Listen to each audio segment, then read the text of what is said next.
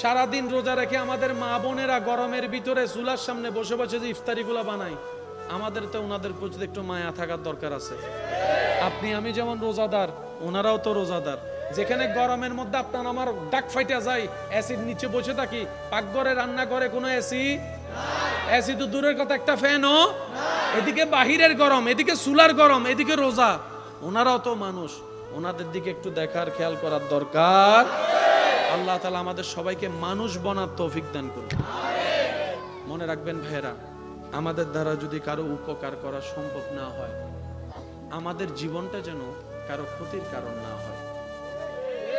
অন্যের মুখে হাসি ফুটাইতে যদি আপনি আমি ব্যর্থ হই, কারো চেহারায় কারো চোখে যেন আপনার আমার জীবনটা অন্যায়ভাবে চোখের পানির কারণ না হয়। মনে রাখবেন, রব্বুল আলামিন নিজের হক মাফ করতে রাজি, কিন্তু রব কখনো বান্দার হক মাফ করে না। বান্দা যতক্ষণ মাফ না করবে, রব্বুল আলামিনও কখনো তাকে মাফ করবে না। অনেক জান্নাতে যাওয়ার মতো ইবাদতে যোগ্য ব্যক্তিও হাসরের ময়দানে ধরা খেয়ে যাবে জিব্বার কারণে, হাতের কারণে। তাই তো নবী রাহমাতুল্লিল আলামিন বলেছে, আল মুসলিমু মান সালিমাল মুসলিমুনা মিন লিসানিহি ওয়া ইয়াদিহি। ও আমার ইমানদার ভাইয়েরা, একটু চেষ্টা করলে কঠিনটাও সম্ভব। কারণ বান্দা যখন চেষ্টা করে নিজেকে পরিবর্তন করার জন্য, তখন সেই বান্দার জীবন চলাকে সহজ করে দেন স্বয়ং রব্বুল আলামিন নিজেই। সুবহানাল্লাহ। সেই ঈমান কি আমাদের আছে? এবার টোটাল বিষয়টা আমি এক জায়গায় করি। ইসলামের ভিতর কি শুধু পরকাল নাকি দুনিয়ার কল্যাণও আছে? ভাই আওয়াজ দিয়ে বলেন, আছে না নাই? আচ্ছা, ফজরের নামাজ, ফজরের নামাজ এমন টাইমে যখন রাতও নয় সকালও নয়, যেটাকে আপনি আমি ভোর নামে চিনি। ভোরবেলা, সূর্য, রাতের অন্ধকার, এই টাইমের বাতাসটা একটু খেয়াল করে দেখবেন। 24 ঘন্টা বাতাস থাকলেও ফজরের সেই বাতাসের মতো কোনো বাতাস।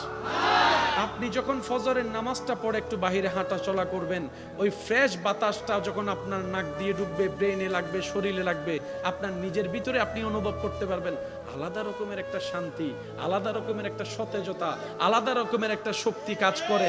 এই সকালের বাতাসটা কেমন জানি ডানে বামে সামনে যেদিকে তাকাই না কেন চোখটা শীতল হয়ে যায়, অন্তরটা শান্তি হয়ে যায়। ফজরের বাতাসটা যেন জানান দেয় এই বাতাসটা যেন তেন বাতাস নয়, এটা যেন জান্নাত থেকে আসা রহমতের বাতাস। সুবহানাল্লাহ।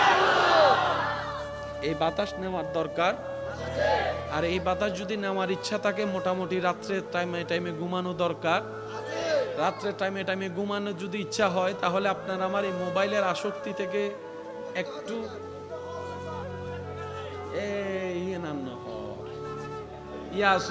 এখানে জোরে জোরে করে হন, মোবাইলের একটু আসক্তি থেকে একটু দূরে আসার দরকার। আমি প্রায় সময় একটা কথা বলি আমার ভাইদেরকে, মোবাইল আপনি কিনেছেন, আপনি না মোবাইল চালাবেন। মোবাইলে যদি আপনারে চালায়, কষ্ট নিবেন না, আমার কথা একটু বোঝার চেষ্টা করেন। গেম আপনি খেলতেছেন, যতক্ষণ মন চায় তখন খেলবেন, যখন মন চাইবে না রেখে দিবেন, কথাইটা। কিন্তু আপনাকে মা ডাকতেছে, আপনি বললেন আসতেছি, তাহলে কি আপনি গেম খেলতেছেন নাকি গেমে আপনারা খেলতেছেন? তো গেমে আপনারা খেললে তো হবে না, মালিক আপনি। ও যুবক, মালিক তো তুমি ভাইয়া। তুমি যেমনে মন চাই তেমনে না করবা। মোবাইল কেন তোমারে চালাবে, গেম কেন তোমারে চালাবে? তুমি ভাইয়া হয়তো বুঝতে পারো নাই, তুমি নেশায় পড়ে গিয়েছো। তো পড়েছো, কি হয়েছে? তোবার রাস্তা তো খোলা আছে, ফিরে আসার রাস্তা তো খোলা আছে। যতক্ষণ নিঃশ্বাস আছে ততক্ষণ ফিরে আসার সুযোগ আছে না নাই? চলে আসো না ভাইয়া, চলে আসো। 3টা তালাক দিয়ে দাও গেমকে, দেখি তুমি 3টা তালাক যদি গেমকে দাও, গেমের কি ক্ষমতা আছে তোমার ক্ষতি করার? কিচ্ছু করার তো ক্ষমতা নাই। হয়তো তোমার একটু মানসিক কষ্ট হবে, মনের কষ্ট হবে, তবে আমি অনুরোধ করব, এক লাফে তো আর গাছে উঠা যায় না। একটু একটু চেষ্টা করো। আজকে 2 মিনিট কমাও, কালকে 3 মিনিট কমাও, পরশুদিন 5 মিনিট কমাও। কমাতে কমাতে যখন তুমি চেষ্টা করবা ভাইয়া, তখন দেখবা যে আল্লাহ পাক রব্বুল আলামিন তোমাকে দয়া করে, সাহায্য করে, সহযোগিতা করেছেন। ফজর বেলায় নামাজ পড়ার ইচ্ছা আছে কার কার? আছে? আল্লাহ কবুল করুক। এবার হাতটা নামান। দিলে ইচ্ছা আছে কিন্তু ঘুম থেকে উঠতে পারে এমন অনেক। আস্তে আস্তে আস্তে, জি আস্তে আস্তে একটু বলি, একটু বলি, মনোযোগ মনোযোগ। আপনারাই বলেন, এই সমস্ত বিষয়ে আলোচনার দরকার, একটু বুঝার দরকার। নামাজি হয় না কেন? দোষ ইমামের, দোষ মুয়াজ্জিনের, দোষ মসজিদের না, এটা একদিনে হয় নাই। এই ঘটনা যেটা ঘটতেছে সেটা একদিনে, বহুত আগে থেকে একটা প্ল্যানিং ছিল।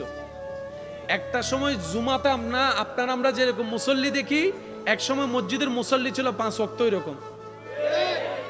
এটা ওদের আশ্চর্য হয়, তখন ওরা মুসলমানদের ভিতরে ফেন্সগুলো ঢুকাই দিয়েছে। আমি কি বুঝাতে পারছি কথা? যতক্ষণ পর্যন্ত আমরা দ্বন্দ্ব থেকে বের হতে পারবো না, নিজের মন পরিষ্কার করতে পারবো না, চিন্তার মধ্যে সুন্দর আনতে পারবো না, আমাদের উন্নতি সম্ভব না। তো এত বেজাল বুঝবো কিভাবে? সেজন্য চোখ বন্ধ করে মনে রাখবেন, দিলকে আদবে মুস্তাফা, মুহাব্বতে মুস্তাফা সাল্লাল্লাহু আলাইহি ওয়াসাল্লাম দিয়ে সাজাই ফেলেন, বাকিটা আল্লাহ করে দিবে। সুবহানাল্লাহ, মনে থাকবে ইনশাআল্লাহ। ফজর বেলায় নামাজ পড়ার ইচ্ছা আছে, উঠতে পারে না এমন মানুষ এখানে? অ্যালার্ম দিয়ে উঠতে পারে না আছে? এবার বলেন, ফুটবল খেলা যে মাঝের মধ্যে রাতে 3টা বাজে 4টা বাজে হয়, অ্যালার্ম দিয়ে উঠতে পারা যায় কি যায় না? ফুটবলের জন্য যদি উঠতে পারেন, নামাজের জন্য পারেন না কেন? বুঝার দরকার। সকালবেলা যদি আপনার ট্রেন থাকে, বাস থাকে, কোথাও বেড়াতে যাবেন, সকাল 6টার মধ্যে ফ্লাইট অথবা ট্রেন, তখন কি উঠবেন না? তখন তো মিস যায় না।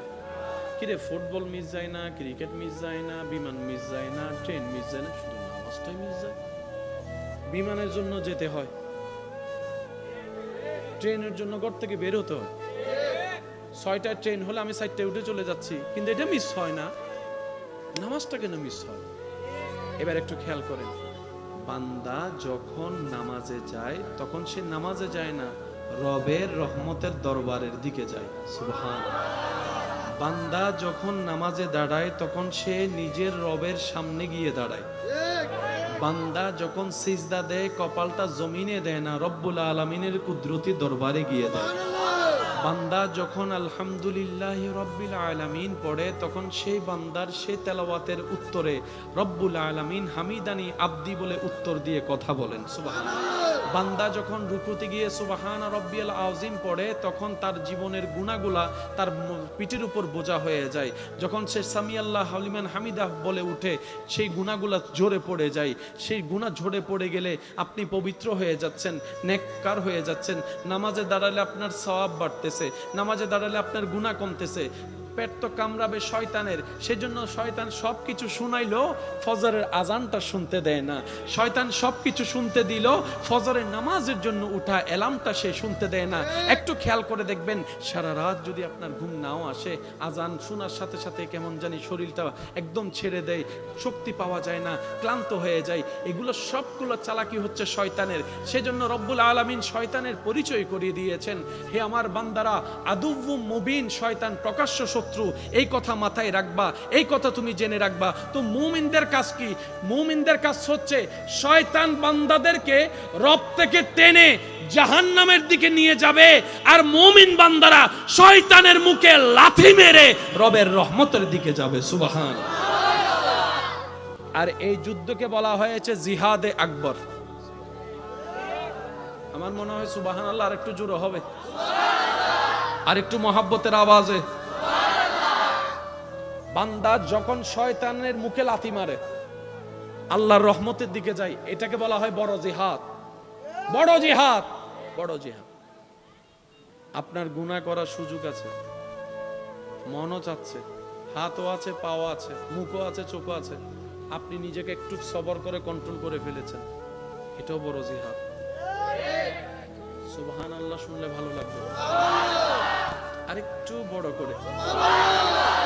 আপনার গালি দেওয়ার ক্ষমতা সামর্থ্য মুখে আছে, মনের মধ্যে গালি খুব সুন্দর করে আসতেছে, কিন্তু আপনি রবের সন্তুষ্টির জন্য হজম করে ফেললেন, গালি দিলেন না। এটাও বড় সবর, এটাও বড় জিহাদ। আপনার মন চাচ্ছে বোনের জায়গা বাইরের জায়গা না দিতে, কিন্তু আপনি রবের সন্তুষ্টির জন্য কোনো কথা প্রশ্ন দাড়ি কমা না চিন্তা করে যার জায়গা পায় তাকে জায়গা দিয়ে দিলেন, যে টাকা পায় টাকা দিয়ে দিলেন, কারোর সাথে সম্পর্ক একটু নষ্ট হয়েছে সুন্দর করে মিলাই নেওয়ার চেষ্টা করেছেন, এটাও একটা বড় জিহাদের অংশ। সুবহানাল্লাহ। সেজন্য মনে রাখবেন, রবের দিকে আগানো মানে নিজের কল্যাণ করা, রবের সন্তুষ্টি হাসিল করা মানে মূলত নিজেরই কল্যাণ করা। মনে রাখবেন, শয়তান এমন বাটপার যে আপনাকে লাগাই দিয়ে সে সরে যাবে। শয়তান আপনার আমার গুনার দায়ভার কখনো নিবে, সাজা তো নিবেই না, দায়ভারও নিবে না। আপনি আমি যদি যাই আল্লাহকে বলি, আল্লাহ ফজরের নামাজ আমাকে শয়তানে পড়তে দেয় নাই, শয়তান আমাকে এমন এমন করেছে, আমি ঘুমাই গিয়েছি। শয়তান বলবে যে আল্লাহ তারে বানাইছো তুমি, সে আমার কথা কেন শুনলো, আগে তারে জিজ্ঞেস করো। তারে খাওয়াও তুমি, সে আমার কথা কেন আগাইলো?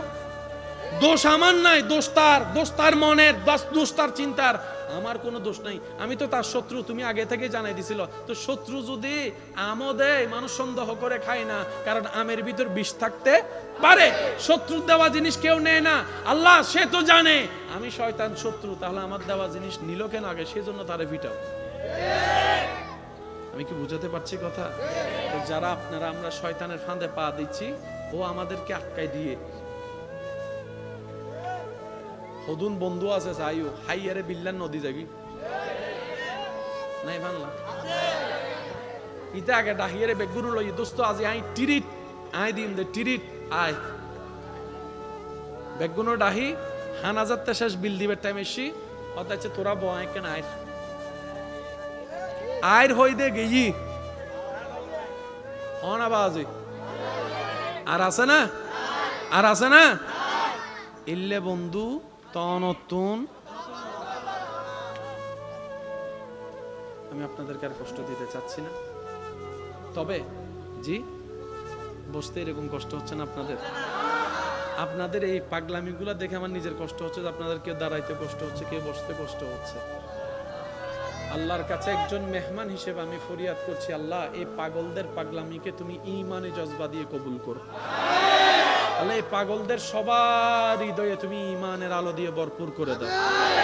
আল্লাহ এই পাগল যারা আছেন সবাইকে আল্লাহ তুমি মরণ পর্যন্ত কারো সামনে যেন বেইজ্জত না হয় সে ব্যবস্থা রেখিও, কারণ ইজ্জতের চাইতে বড় সম্পদ আর কিছু। আমি আশা করব সবাই মিলে মন খুলে একবার দরুদ শরীফ পড়েন, আল্লাহুম্মা সাল্লি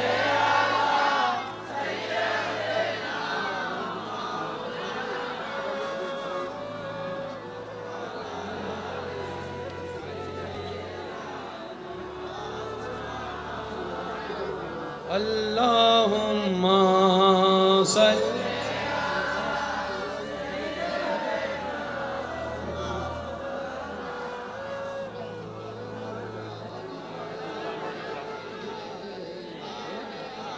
Maulana কবরে হাসরে কি হবে? আমি বলবো আস্তে আস্তে, আপনারা বলবেন জোরে জোরে। কবরে হাসরে কি হবে? মুসিবতে না পাই যদি, মুসিবতে করুণা তোমার, কবরে কি হবে? আছি গো ডুবে আমি পাপেরি, না জানি কি হবে ও পারে, তোমারি সুপারিশ বিনে, তোমারি সুপারিশ বিনে কেমনে হব পার, কবরে হাসরে কি হবে? উচ্চ আওয়াজ একবার বলেন মারহাবা। আমাকে যারা ভালোবাসেন, নিজের মনের সৌন্দর্যতার কারণে নিজের অন্তরে জায়গা দিয়েছেন, সে সমস্ত ভাইদেরকে আমি আবদার করে কিছু কথা বলার অধিকার আছে না নাই?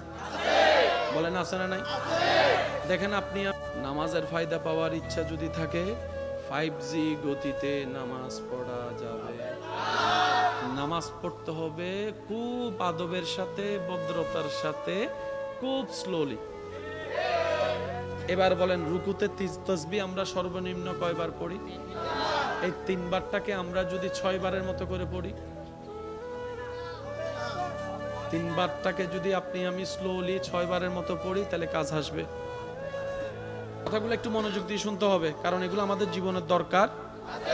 আমরা যখনই রুকু করব, সিজদা করব, তাসবিহ তাড়াতাড়ি পড়ব, আদব দিয়ে, ভদ্রতা দিয়ে, প্রেম দিয়ে পড়ব।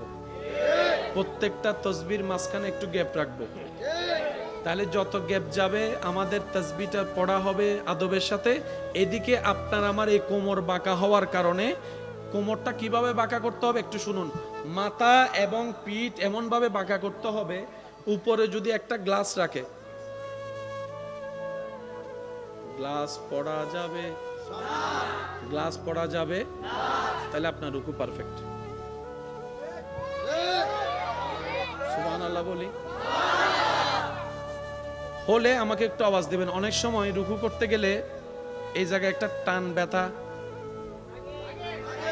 ভালো করে রুকু করতে গেলে এখানে একটা ব্যথা, এই ব্যথা থেকে বাঁচার জন্য আমরা অনেক সময় হাঁটুটাকে একটু এরকম করে ফেলে যাতে ব্যথাটা না লাগে। এই ব্যথাটাই নিয়ামত। এই ব্যথাটা কি? আপনি যখন হাঁটুর ব্যথাটা অনুভব করবেন, বুঝতে পারবেন আপনার কোমরটা মোটামুটি সোজা হয়েছে। শুধু মাথার কোমরটা যতটুকু পারেন একটু সোজা রাখার চেষ্টা করবেন। যখন দাঁড়াতে কষ্ট হবে, হাঁটুতে কষ্ট হবে, কোমরে ব্যথা হবে, মনে করবেন ওষুধের কাজ শুরু হয়ে গিয়েছে। নামাজের মধ্যে কি শুধু পরকালের সওয়াব নাকি দুনিয়ার কল্যাণও আছে? আমাদের ইসলামে আল্লাহ এমন ভাবে সাজাই দিয়েছেন, ফিদ দুনিয়া হাসানাতাও ওয়া ফিল আখিরাতে হাসানা। চিৎকার দিয়ে বলেন সুবহান। ভাইয়া বাদ দেন, আর কিছু করার নাই। এবার বলেন, ইসলামে রোজা আছে না নাই? বছরে কয় মাস? বছরে রোজা কয় মাস? এবার বলেন, বছর 12 মাসে হয়। বছর কয় মাসে হয়? 12 মাসের মধ্যে আল্লাহ বলে যে 11 মাস খা, 11 মাস খাও।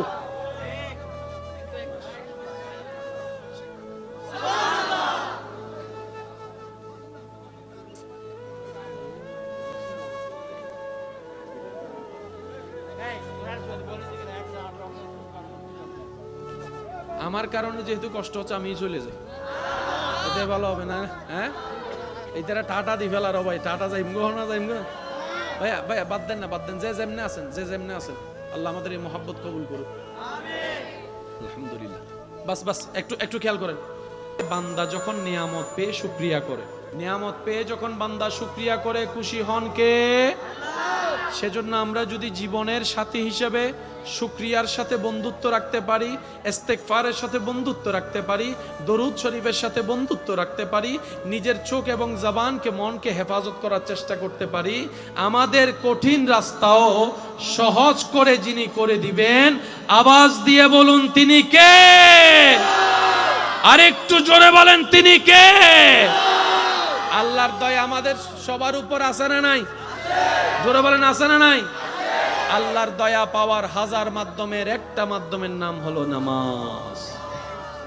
কি বলেন? কি? মসজিদের মিনার থেকে যখন আওয়াজ ভেসে আসবে আমাদের কাছে,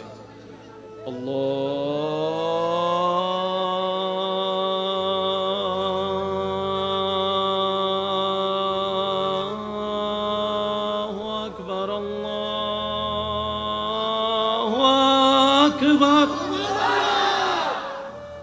ডাকটা কি মুয়াজ্জিনি দিয়েছেন নাকি আল্লাহর পক্ষ থেকে এসেছে?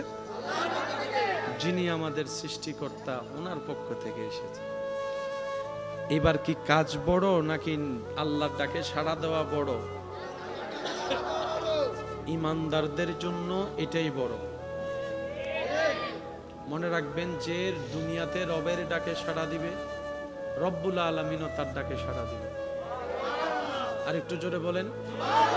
হাজারো ব্যস্ততার ভিতর যে রবের দরবারে সিজদা দিবে নামাজের, রব্বুল আলামিন হাসরের ময়দানে হাজার কঠিন পরিস্থিতির মধ্যেও তাকে সেখান থেকে টেনে কঠিন রোদের নিচ থেকে সরিয়ে আরশের জায়গায় ছায়ায় বসিয়ে দিবেন। শুধু নামাজ শুধু পরকালীন মুক্তি নয়, মনে রাখবেন, নামাজ দুনিয়ার হাজার উপকার নামাজের মধ্যে আছে। শারীরিক উপকার নামাজে আছে। নামাজ পড়লে রিজিকে বরকত হয়, নামাজ পড়লে নিয়ামত বাড়ে, নামাজ পড়লে ইজ্জত বাড়ে, নামাজ পড়লে শারীরিক সুস্থতা বাড়ে, নামাজ পড়লে মনোযোগ ভালো হয়, নামাজ পড়লে জবান পবিত্র হয়।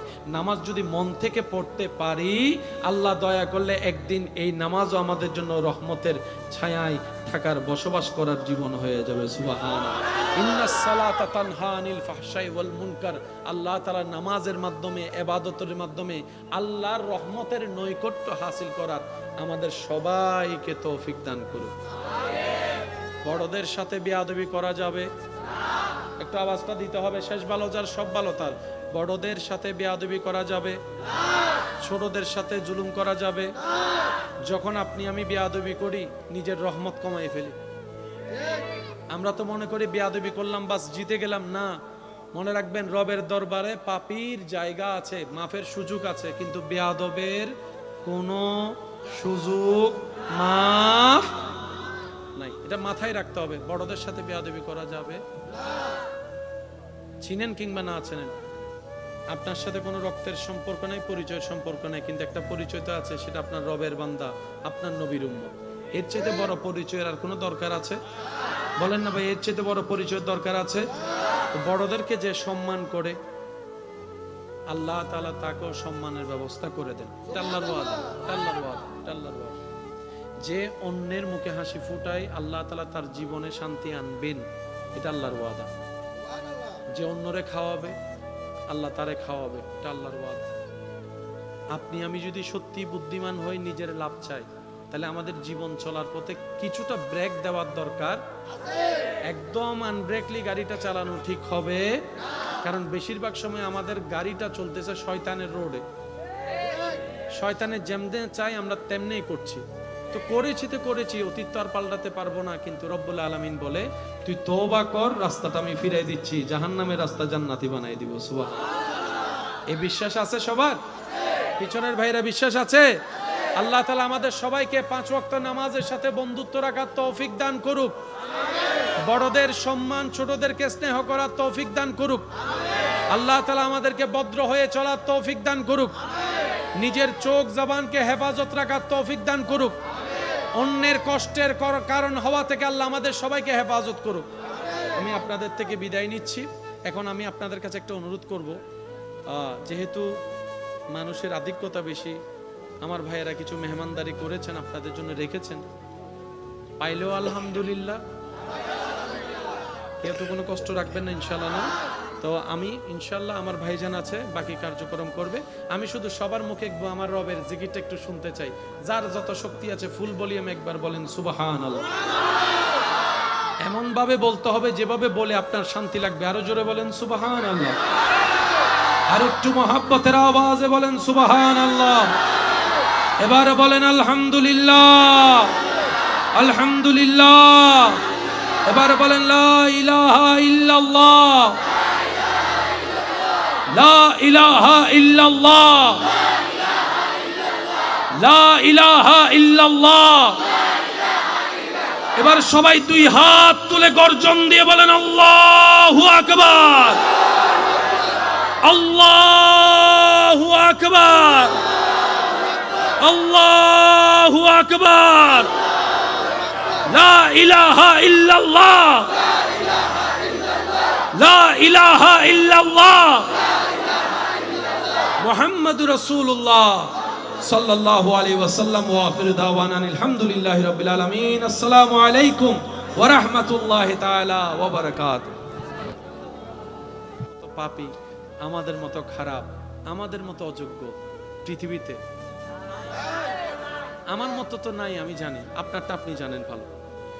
আমাদের মতো পাপী, আমাদের মতো অপরাধী, সত্যি করে একটা কথা বলেন, আল্লাহর বিন্দু পরিমাণ রহমত পাওয়ার কোন যোগ্যতা, কোয়ালিটি আমাদের মধ্যে।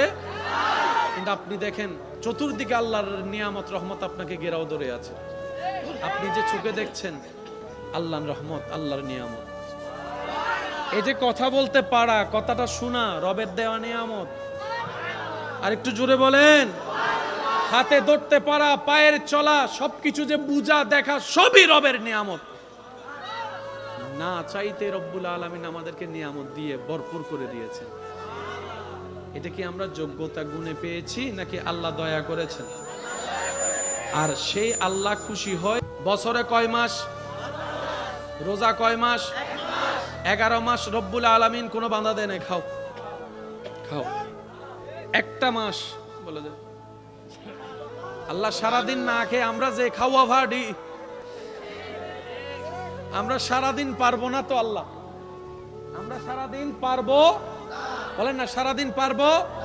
রব্বুল আলামিন বলে আগের রোজা ছিল এরকম, অল্প সময় খাইতো, বেশি সময় উপবাস থাকতো, শুধু তোদের নবী রাহমাতুল্লিল আলামিনের নিসবতে আমি আল্লাহ তোদের জন্য রোজাও সহজ করে দিয়েছি। সুবহে সাদিক থেকে সূর্যাস্ত পর্যন্ত দেখতে দেখতে কেটে যায়। কথা বলেন ঠিক কিনা? এবার আসেন, জাপানের একজন বিজ্ঞানী, স্বাস্থ্য বিজ্ঞানী, উনি গবেষণা করে দেখে মানবের শরীর সুস্থ থাকার জন্য 12 মাসের মধ্যে অন্তত একটা মাস তাদের মধ্যে না খাওয়া থাকলে শরীরটা বেশি সুস্থ থাকে। একটা মাস না খাওয়া থাকলে শরীরের কোষগুলা নতুনভাবে জাগ্রত হবে। একটা মাস যদি না খেয়ে থাকে ওদের শরীরের শক্তি বেড়ে যাবে। একটা মাস যদি না খেয়ে থাকে শরীরের সমস্ত সিস্টেমগুলো নতুন করে রেস্টার করবে। উনি যখন গবেষণা করতে লাগলো, গবেষণার রেজাল্ট চলে আসলো, খবর পেল এই সিস্টেম যেটা সুস্থতার জন্য মানব জাতিকে আপনি পরামর্শ দিচ্ছেন, 1450 বছর আগে একই পরামর্শ ইসলামে মুসলমানদেরকে আল্লাহ এবং নবী দিয়েছেন। সুবহানাল্লাহ। আমাদেরকে রোজা দেয় নাই, শরীরের চিকিৎসার ব্যবস্থা করে দিয়েছেন এই রোজার ভিতরে। বলেন সুবহানাল্লাহ। আরো জোরে বলেন সুবহানাল্লাহ। আমরা সেহরি খাবো, সেহরি খাবো, সেহরিতে আল্লাহ যাই রিজিকে দেয় তাই খাবো, সাথে খেজুর রাখবো একটা অথবা দুইটা যদি আল্লাহ তৌফিক দেয়। ইফতারের সময় আমরা প্রথমে খাবো, বলেন প্রথমে খাবো, তারপর একটু খাবো শরবত, তারপরে ফল ফুলাদি দিয়ে আপনার আমার ইফতার। ভাজা পোড়াও খাওয়া যাবে, এর কিছুক্ষণ পরে গিয়ে রাতের ভাতটা খেয়ে ফেলবেন। আমার নবীর যুগে দুনয়নে রাসূল পাক দেখিলে, দুনয়নে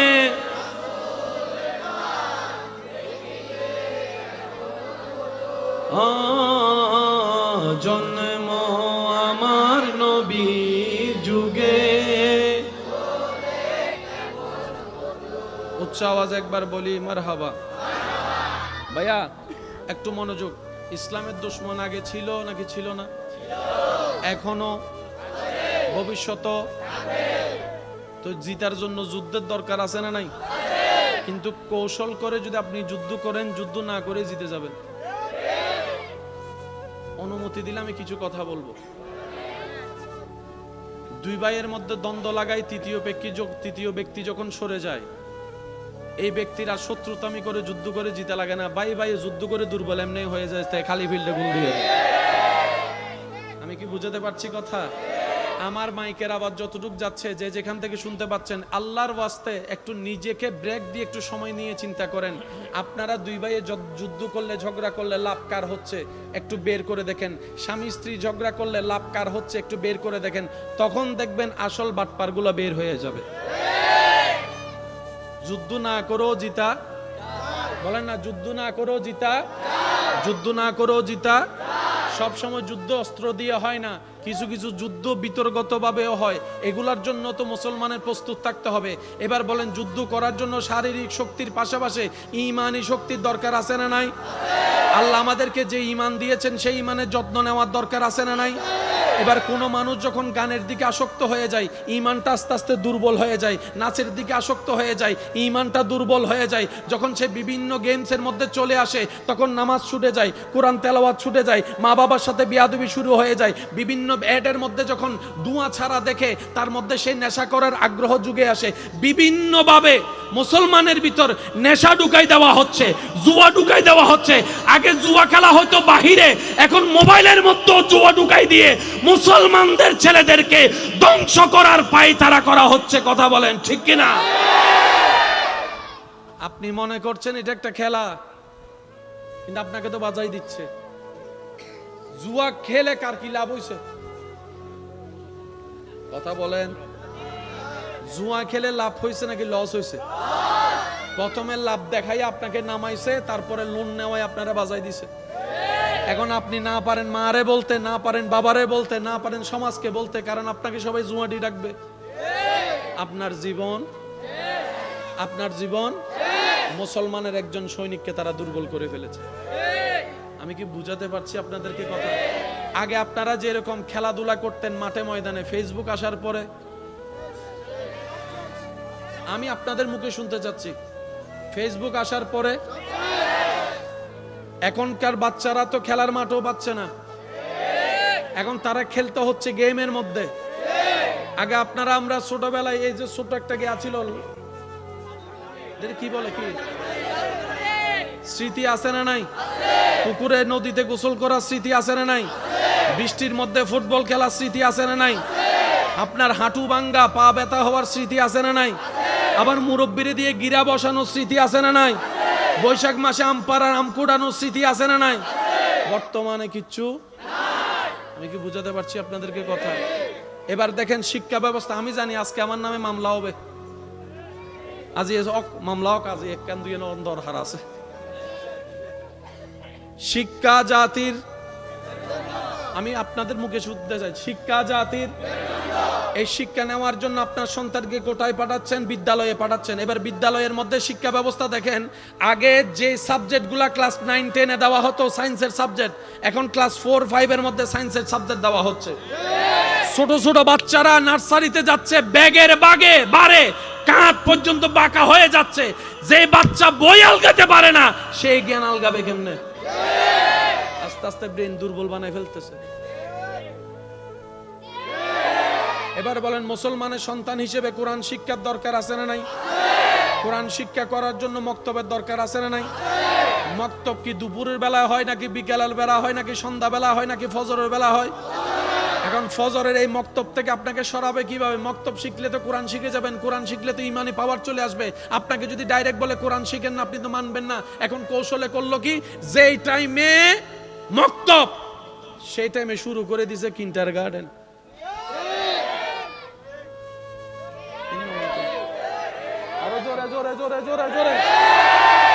কিন্ডারগার্টেন শুরু করে দিয়েছে সকাল 6টা 7টায়।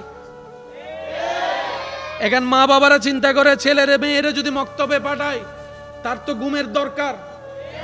এখন কি মক্তবে যাবে না কিন্ডারগার্টেনে যাবে? আমাদের মা বাবারাও বোকার মতো কিন্ডারগার্টেনকে খুব গুরুত্ব দিয়ে দিল, কোরআন শিক্ষাটা আর হয় নাই। আমি শ্রদ্ধার সাথে একটা আবদার করে কথা বলি, আপন আপন জায়গায় গবেষণা করে দেখবেন, মা বাবার চাইতে বড় নিয়ামত আর কিছু হতে পারে?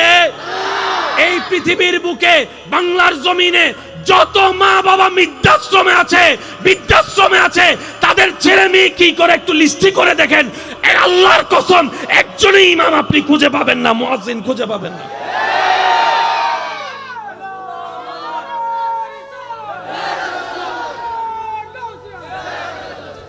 যত মা বাবা বৃদ্ধাশ্রমে আছে, ওনাদের একটা সন্তানও ইমাম বলেন না, ইমাম মুয়াজ্জিন।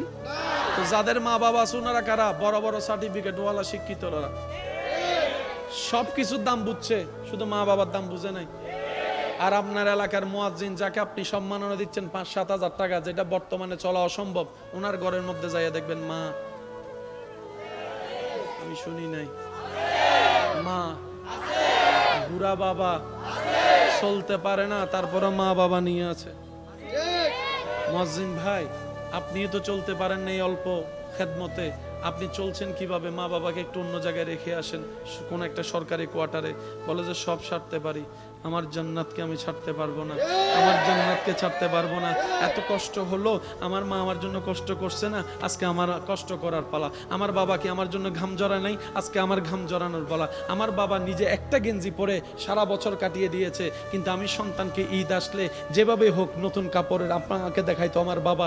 এই সেই বাবাকে আমি কখনো ফেলতে পারবো না, সে মাকে কখনো ফেলতে পারবো না, সে মাকে কখনো ফেলতে পারবো না। এবার শ্রদ্ধার সাথে প্রশ্ন রাখলাম, ও মুয়াজ্জিন ভাই, এই চিন্তা, এই ধারণা, এই ভালোবাসা আপনার ভিতরে আসলো কিভাবে? বলে যে যখন থেকে শুনেছি আমার নবী রাহমাতুল লিল আলামিনের হাদিস, নবীজি বলে তোমার জান্নাত তোমার মায়ের পায়ের নিচে, আর সেই জান্নাতের দরজা তোমার বাবা।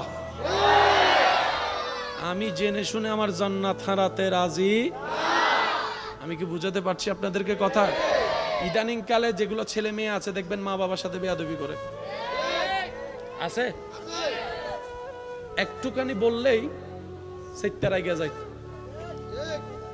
আছে না? আছে না? ডাইনে হইলে বস্তু হইলে তুই উইতল নুমিশিস, আছে না? তো ছেলে মেয়েকে কন্ট্রোল করবেন কিভাবে? রশি দিয়ে তো বেঁধে রেখে সারা জীবন পার করতে পারবেন না। সেজন্য আমি মা বাবাকে শ্রদ্ধার সাথে বলবো, কয়েকটা কাজ যদি ছোটবেলা থেকে আপনার সন্তানের ভিতর আপনি করে দিতে পারেন, চোখ বন্ধ করে আপনি ঘুমাতে পারবেন। এক নাম্বার, আপনার সন্তানকে সন্তানের অন্তরে আল্লাহর ভয়ের ব্যাপারে, আল্লাহর সন্তুষ্টির ব্যাপারে প্রেমটা ঢুকাই দেন। দ্বিতীয় নম্বর, নবী রাহমাতুল লিল আলামিনকে জানের চাইতে বেশি ভালোবাসার প্রেমটা আপনি ঢুকাই দেন, আদবটা আপনি ঢুকাই দেন। তৃতীয় নম্বর, আহলে বাইত সাহাবায়ে কেরাম আউলিয়া কেরামের আদর্শটা আপনি একটু শিখাই দেন, একটু জানাই দেন, কথায় কাজে কৌশলে। যখন আপনার মুখ থেকে শোনা এক একটা কথা আপনার সন্তানের কান দিয়ে মনের মধ্যে বসে যাবে, সেই সন্তানের অন্তরকে স্বয়ং আল্লাহ নিজে হেফাজত করবেন, যার অন্তরে ঈমান থাকবে। এই সন্তান আর কখনো বেয়াদব হওয়ার বলেন না ভাইয়া, এই সন্তান আর কখনো বেয়াদব হওয়ার সুযোগ।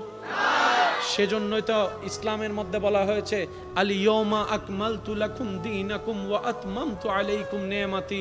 রব্বুল আলামিন বলে, বান্দা তোর জীবনের মধ্যে যা দরকার সবকিছু আমি ইসলামের মধ্যে দিয়ে দিয়েছি।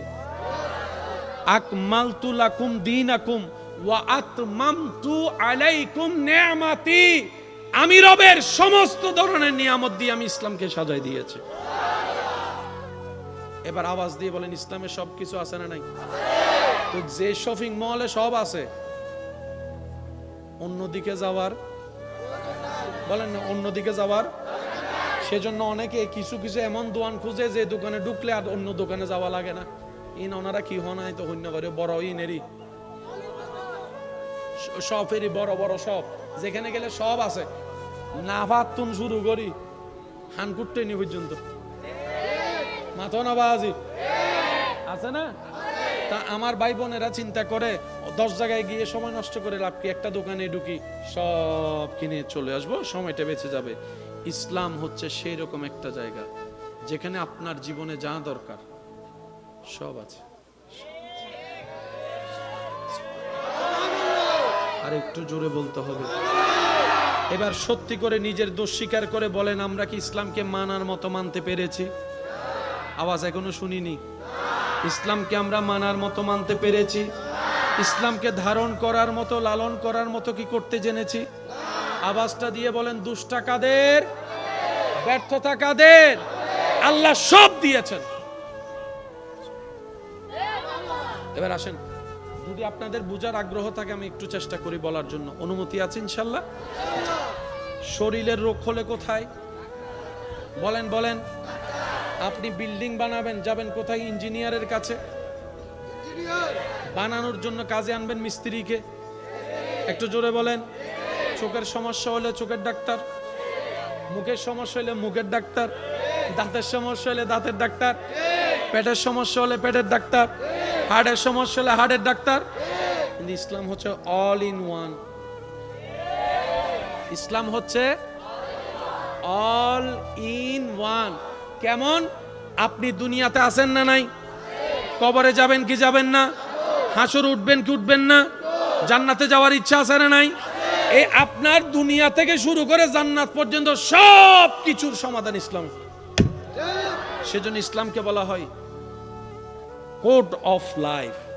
মানব জাতির সব সমস্যার সমাধান ইসলামে দেওয়া আছে। বলেন সুবহানাল্লাহ। আর একটু জোরে বলেন না সুবহানাল্লাহ। ইসলামে নাই বলতে। এবার বলেন, ইসলামে আমাদেরকে 5 ওয়াক্ত কি করতে বলেছে? যদি আপনাদের কষ্ট না হয় আওয়াজটা বড় করে দিবেন। ইসলাম আমাদেরকে কয় ওয়াক্ত নামাজ পড়তে বলেছে? প্রথম ওয়াক্ত, দ্বিতীয় ওয়াক্ত, তারপরে তারপরে সবচাইতে কম ফজর, সবচাইতে বেশি রাকাত, বলেন বলেন, সবচাইতে কম, সবচাইতে বেশি। এই নামাজের মধ্যে যে স্টাইলগুলো আপনাকে আমাকে পালন করতে হয়, ইমানদার ভাইয়েরা ঈমানি আওয়াজ দিয়ে বলেন, এই ইবাদতের সিস্টেমের ভিতরে সওয়াবের সাথে সাথে শারীরিক ব্যায়াম উপকারিতা আছে না না? যারা ব্যায়াম করে তাদেরকে দেখবেন ওই ইবের কি হতে ফুসাব না কি হতে হাত হ্যাঁ কি আছে, নামাজও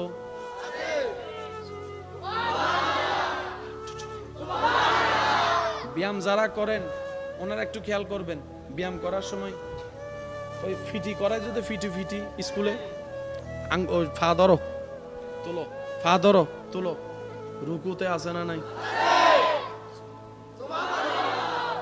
আমি শুধু আপনাদের কাছে ডাক্তারদের একটা পরামর্শ আপনাদের সমীপে পেশ করার চেষ্টা করব, একটু মনোযোগ দিয়ে শ্রবণ করবেন।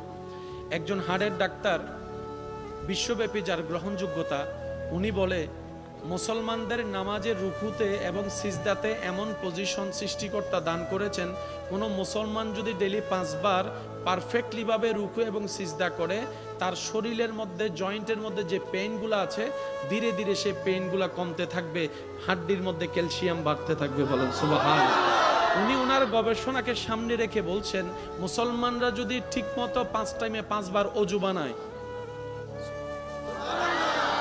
5 টাইমে যদি 5 বার ভালোভাবে অজু বানায় যদি তারা নামাজ পড়ে, এই অজুর মাধ্যমে তাদের শরীরে যে চেহারায় পানি যাওয়া, হাতে পানি যাওয়া, মুখে কুলি করা, নাকে পানি দেওয়া, এই সমস্ত প্রত্যেকটা কার্যক্রমের সাথে মানবের শরীরের সুস্থতার সাথে বড় একটা গভীর সম্পর্ক আছে। সুবহানাল্লাহ।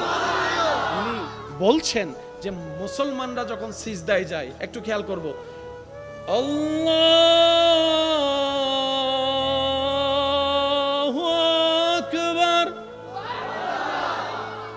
মাথা নিচু, মাথার থেকে হাত একটু উঁচু, হাত থেকে কোমর আর একটু উঁচু, কোমর, পিঠ, মাথা আর একটু জোরে। যারা মেডিটেশন করে তারা এই পজিশনটা ভালো জানে, যারা মেডিটেশনের জ্ঞান রাখে তারা এই পজিশনটা ভালো জানে।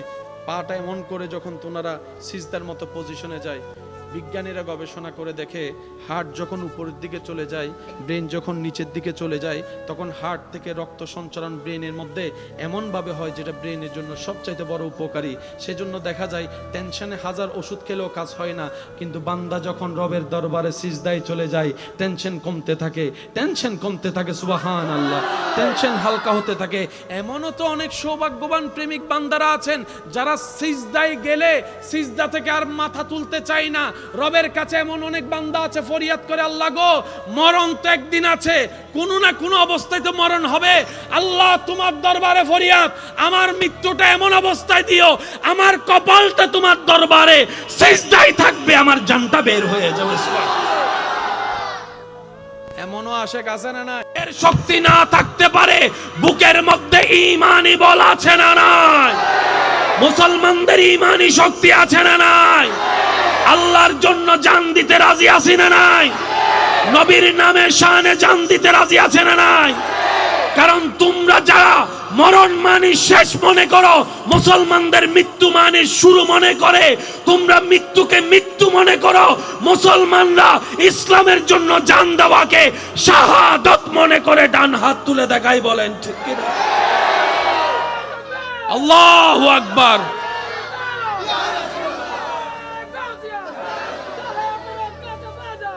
উচ্চ আওয়াজ একবার বলেন মারহাবা, আরো জোরে বলেন মারহাবা। সেজন্য পায়তারা চালানো হচ্ছে মুসলমানদেরকে কোনোভাবে ধ্বংস করতে না পেরে। এখন মুসলমানদের মেয়েদের সাথে অন্য ধর্মের ছেলেরা প্রেমের সম্বোধন করে, প্রেমের সম্পর্ক করে, প্রেমের ফাঁদে ফেলে, আবেগের মধ্যে ফেলে মুসলমানদেরকে, মেয়েদেরকে, মুসলমান পরিবারদেরকে অন্য ধর্মে কনভার্ট করার জন্য পায়তারা চলছে কি চলছে না? আরো জোরে বলেন, চলছে কি চলছে না? হাজার ভাবে চেষ্টা করা হচ্ছে মুসলমানদেরকে ধ্বংস করার জন্য।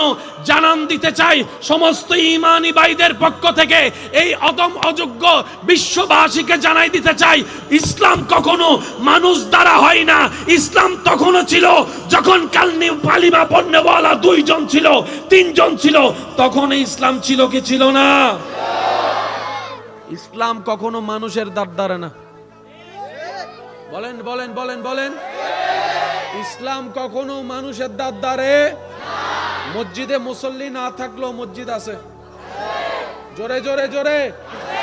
কোরআন পড়ার মানুষ না থাকলেও কোরআন। কাবা তাওয়াফ করার মতো কেউ যখন ছিল না করোনাকালীন সময়ে, কাবার শান অনুযায়ী ছিল। কারণ পৃথিবীর একটা নিজাম সিস্টেম হচ্ছে, আমাকে রক্ষা করতে আপনাকে লাগবে, আপনার সেফটির জন্য আমাকে লাগবে। কিন্তু রব্বুল আলামিন ইসলামকে ইন্নাদ্দীনা ইনদাল্লাহিল ইসলাম বলে ইসলামের সমস্ত কিছু নিজের হেফাজতে নিয়ে নিয়েছেন। সুবহান। সেজন্য যারা কোরআন পুড়াই ফেলে, ভাইয়া প্লিজ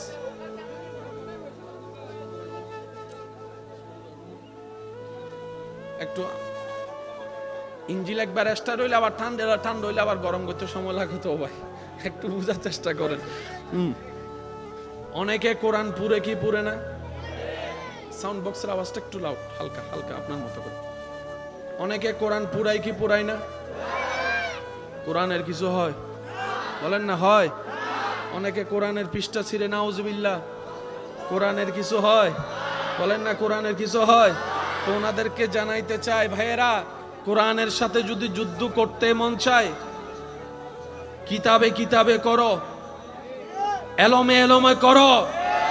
সিরে তো আর যুদ্ধ করা যায় না, এটা তো বিতুদের কাজ, মুনাফিকের কাজ। কথা বলেন ঠিক কিনা? আমি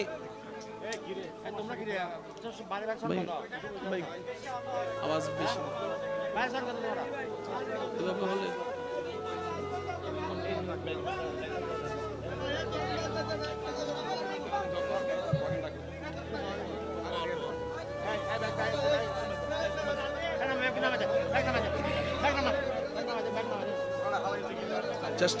চেষ্টা করেন যাতে সৌন্দর্যতা, আদবটা রক্ষা হয়।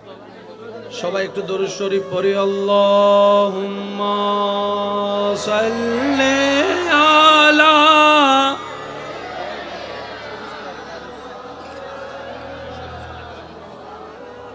ওয়া আলা আলি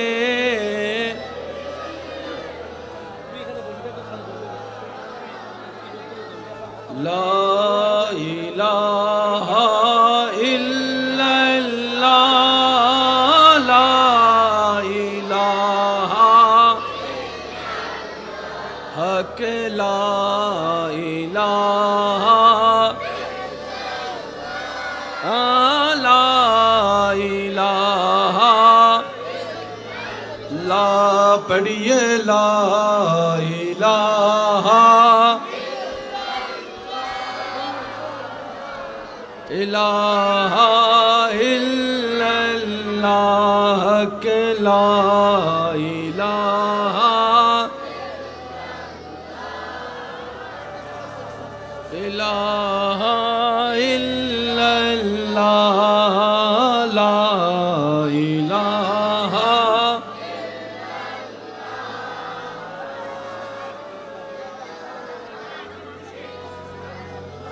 একবার বলি আলহামদুলিল্লাহ।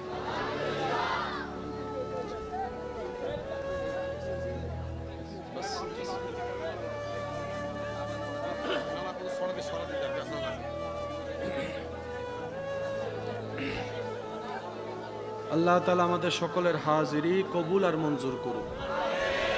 আমাদের এই প্রেম, এই মোহাব্বতকে আল্লাহ কবুল করুক। আপনাদের আওয়াজটা যদি বড় হয় তাহলে ওদিকের আওয়াজ ছোট হয়ে যাবে। দেখি সবাই একবার বলেন তো মারহাবা। এই আওয়াজের সামনে আর কোন আওয়াজ কানে লাগবে? আপনাদের আওয়াজ বড় করে দেন, বলেন মারহাবা। এবার জিকিরটা করেন, লা ইলাহা ইলাহা, লা পড়িয়ে লা ইলাহা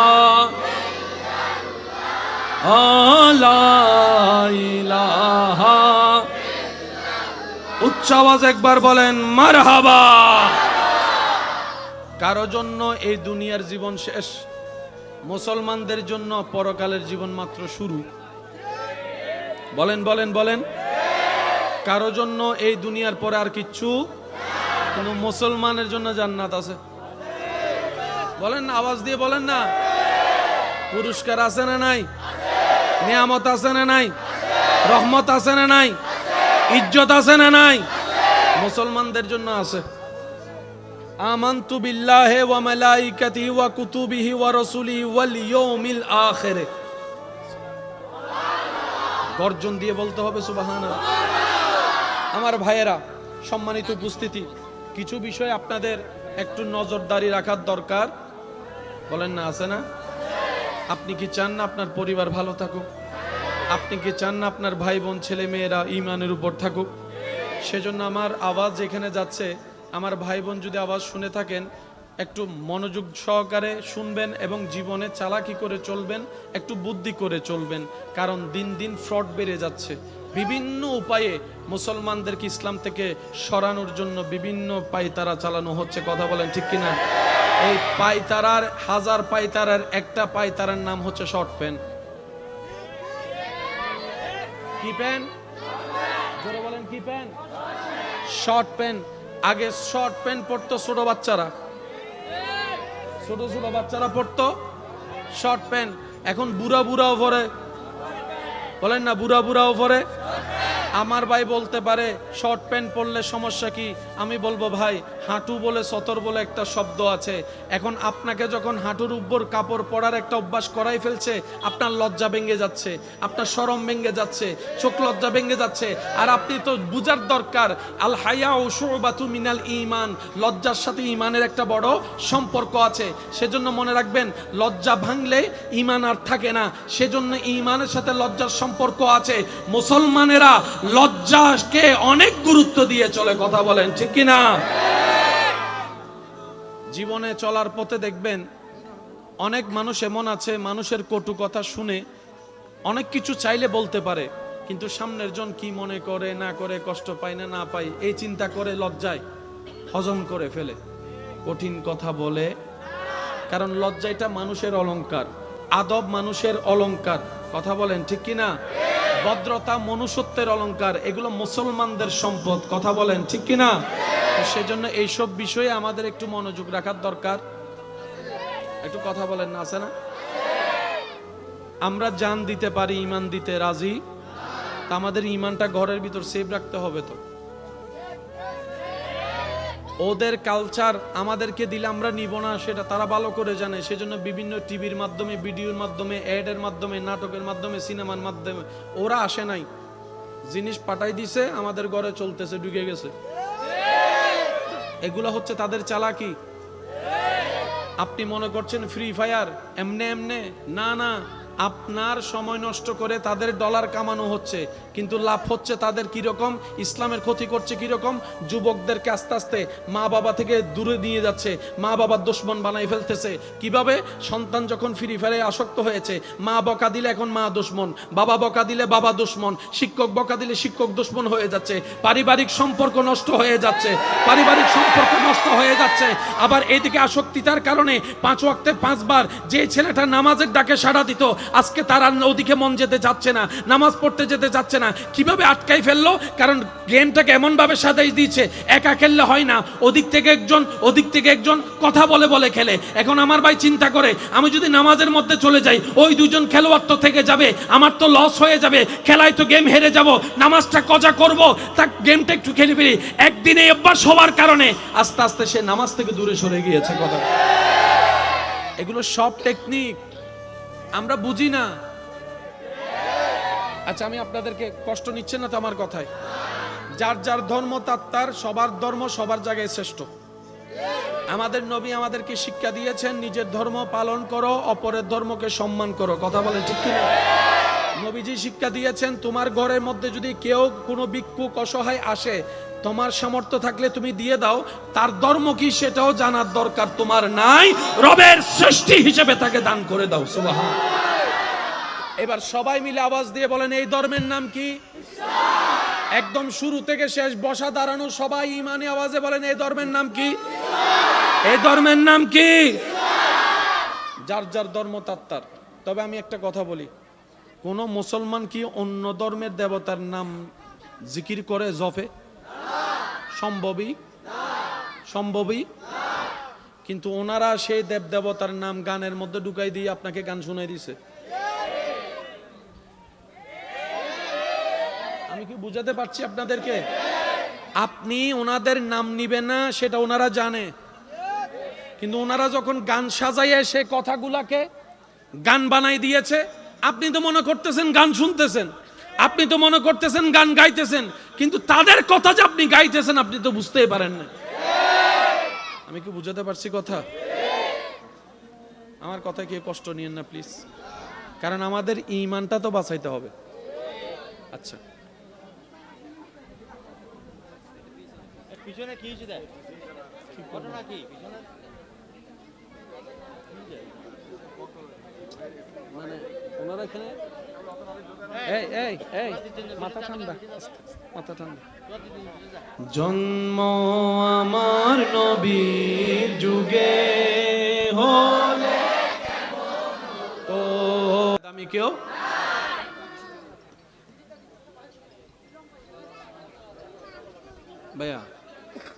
ভাইয়া প্লিজ আপনারা আমাকে একটু সহযোগিতা করতে হবে, না আমি পারবো না তো ভাইয়া। জি, সবাই একবার মোহাব্বতের আওয়াজে বলি মারহাবা। তাহলে সবার সময়ের দাম, কেউ ফাওয়ে ব্যস্ত এমন না, সবারই একটা গুরুত্বপূর্ণ টাইম আছে। আজকের এই উপস্থিতি জনস্রোত কোনো ব্যক্তি বিশেষ বর্গের জন্য নয়, বরং আল্লাহ এবং রসুলের খাতিরে, দিনের খাতিরে, ধর্মের খাতিরে, ইসলামের খাতিরে ডান হাত তুলে দেখাই, বলেন ঠিক কিনা? আরেকটু জোরে বলেন ঠিক কিনা?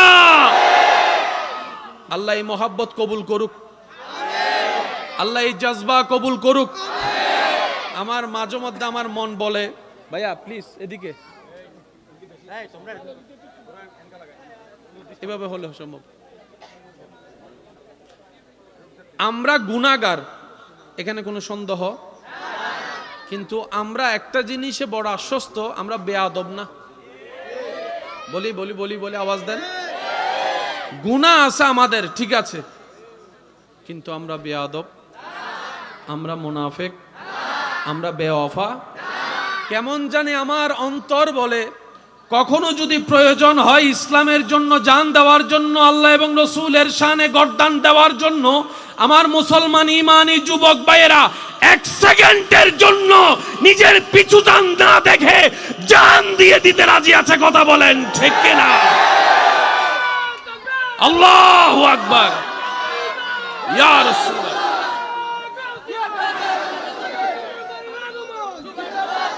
মুসলমানদেরকে হালকা করে দেখা। আল্লাহু আল্লাহু আল্লাহ আল্লাহু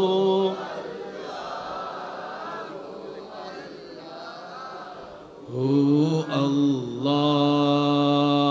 আর একটু ইমানি আওয়াজ, আল্লাহু আল্লাহু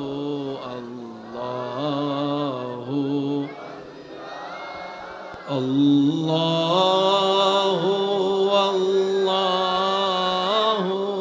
আল্লাহ।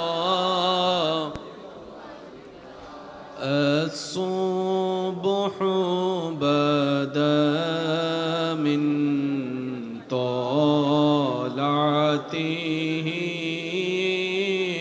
والليل دجى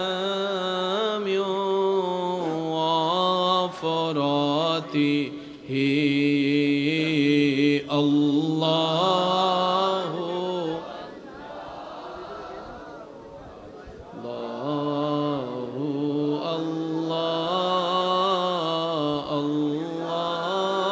الله الله।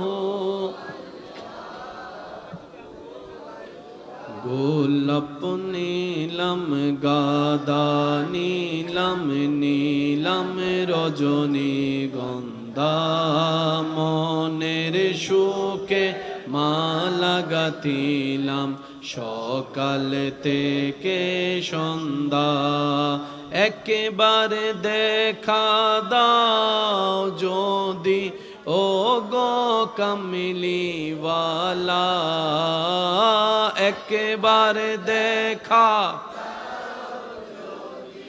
ও গো কামলিওয়ালা হাসি মুখে পড়াবো তোমায় হাজার ফুলের মালা বলি সবাই ইয়া রাসূলুল্লাহ ইয়া মাশাআল্লাহ একটু জোরে ইয়া রাসূলুল্লাহ হলুদ ফুলকে প্রশ্ন করি রংটি কোথায় পেলে হলুদ ফুলকে প্রশ্ন করি রংটি কোথায় পেলে উত্তরে দেয় সেই রংটি ছিল নূর নবীজির ত্বকে তাই সেই ফুলকে বাগান থেকে তুলে গাতলাম মালা সুযোগ পেলে পড়াবো তোমায় হাজার ফুলের মালা বলি সবাই ইয়া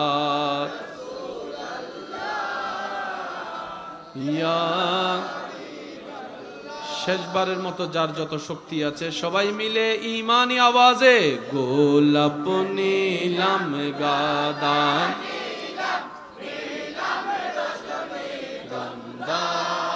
মনের সুখে মালা গাতিব সকাল একেবারে দেখা দাও যদি ও গো কামলিওয়ালা একেবারে ও গো কামলিওয়ালা হাসি মুখে পড়াবো তোমায় হাজার ফুলের মালা বলি সবাই ইয়া রাসূলুল্লাহ ইয়া রাসূলুল্লাহ ইয়া হাবিব অধ্যকার দক্ষিণ আগ্রাবাদ ছোটপুল শাহ আমানত কাঁচা বাজার ব্যবসায়িক ভাইদের আয়োজনে ও এলাকাবাসীর আন্তরিক ভালোবাসা মহাব্বতে ও সহযোগিতায় বিশিষ্ট সমাজসেবক ও আহ্বায়ক বাংলাদেশ জাতীয়বাদী দল ২৭ নং দক্ষিণ আগ্রাবাদ ওয়ার্ড বিএনপি চট্টগ্রাম মহানগর জননেতা জনাব মোহাম্মদ কামাল উদ্দিন সরদার সাহেবের সভাপতিত্বে আজকের এই আজিম উশান পবিত্র ঈদে মিলাদুন্নবী সবাই বলি সাল্লাল্লাহু আলাইহি ওয়াসাল্লাম ও ফাতেহে ইয়াজদাহুম উপলক্ষে আয়োজিত আজকের এই মাহফিলের মান্যবর মেহমানে আলা আমার প্রাণপ্রিয় ভাই রৌনকে মিল্লাত রৌনকে আহলে সুন্নাত মুজাহিদি মিল্লাত হজরতুল্লাম জনাব মৌলানা মোহাম্মদ তৌহিদুল আলম রিয়াদ সাহেব মাদ্দা জিল্লুহুল আলী সবাই মোহাব্বতের আওয়াজ একবার বলি মারহাবা।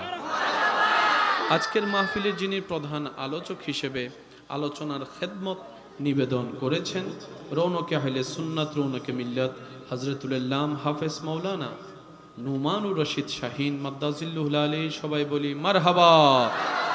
ও উপস্থিত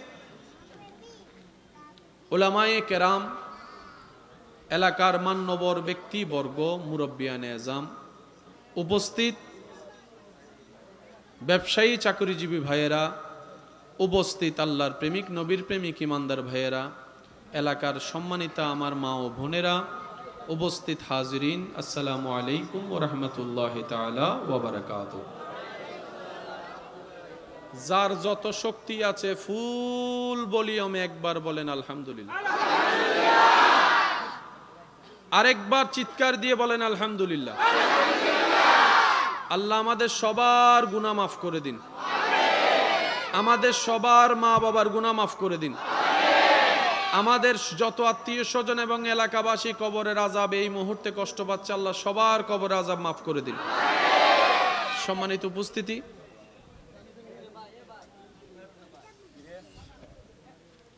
এটা একটু পিছনে নিলে মনে হয় ভালো হবে, যদি আপনাদের কষ্ট না হয়, তাইলে একটু কাজটা সুন্দর হবে। বুঝছি আমি, জামিলা কোথায়? জি, একটু হুজুরদেরটা একটু পিছনে।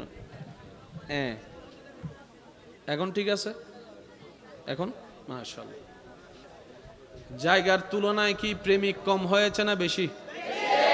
এখন কি জায়গা চেঞ্জ করার কোনো সুযোগ আছে? এখন কি আপনার আমার সরে যাওয়ার কোনো সুযোগ আছে? যে অবস্থায় আছি এই অবস্থায় মাহফিল সার্থক করার দায়িত্ব আছে না নাই? এই মাহফিল কি কমিটির মাহফিল না সবার মাহফিল? তাহলে সবার দায়িত্ব আছে না নাই? আল্লাহ আমাদের সবাইকে মোহাব্বতের বহিঃপ্রকাশ করে দায়িত্ব পালন করার তৌফিক দান করুন। আপনাদের মোহাব্বতের ডাকে আমি সাড়া দিয়ে রবের রহমত নিয়ে উপস্থিত হওয়ার চেষ্টা করেছি বিনয়ের সাথে, শ্রদ্ধার সাথে। সবার কাছে আমার নিবেদন থাকবে, আল্লাহ তাআলা আমি অদমকে যতক্ষণ বলার সুযোগ দিবেন সবাই একটু মনের কান দিয়ে শোনার চেষ্টা করবেন, বলি ইনশাআল্লাহ। আর আমাকে একটু আওয়াজ দিয়ে সহযোগিতা করতে হবে, যারা যারা করতে রাজি আছে একবার বলি মারহাবা। আর একটু জোরে বলেন মারহাবা। আমি আপনাদের কষ্ট বুঝতে পারছি, বাস হাজার চেষ্টা করলো এই মাহফিল কালকে আয়োজন সম্ভব? এত পাগলদের উপস্থিতি করা সম্ভব? এখানে যারা উপস্থিত হয়েছেন সবার নিজ নিজ ব্যস্ততা আছে না নাই? সবার নিজ নিজ ডিউটি আছে না নাই? এমন অনেক মানুষ এখানে বসে আছেন, এসেছেন, উপস্থিত হয়েছেন নিজের ব্যক্তিগত কাজ ফেলে। সবার সময়ের দাম আছে, এখানে বেদামি কেউ